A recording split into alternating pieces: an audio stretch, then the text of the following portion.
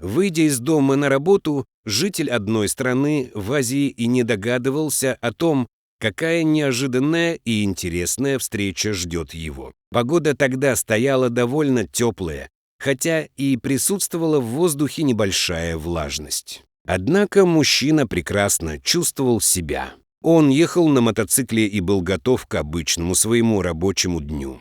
Внезапно раздался тонкий писк. Он и остановил мужчину.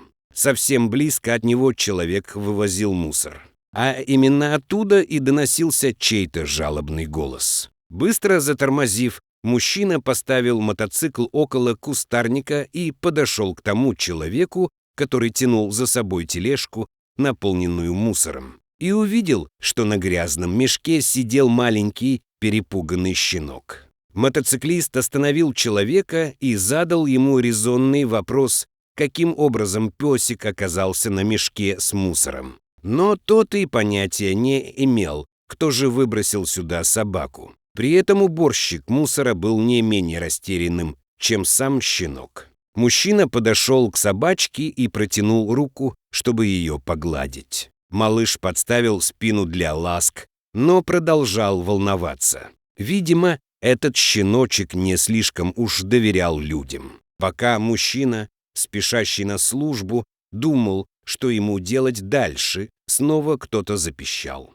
Мотоциклист понял, звук идет из голубого и также грязного мешка. Он достал с тележки с мусором этот кулек, положил на траву и увидел прореху в ткани, через которую выглядывала довольно симпатичная мордашка. Сразу прояснилось то, как щенок оказался на куче с мусором. Некто выбросил вон тот самый мешок, в котором находился не только первый щенок, но и второй, его братишка. Кроха вылезла наружу через дырку в мешке и с удивлением посмотрела на человека, который ее спас. А ведь песики ехали на верную гибель в тележке, доверху наполненной отходами. Так оба малыша были спасены. И через небольшое время того и другого тщательно отмывали от неприятных запахов, которыми успела пропитаться их шерсть. Потом им был предложен вкусный ужин. После этого братья-щенки почувствовали себя в полной безопасности. Им крупно повезло.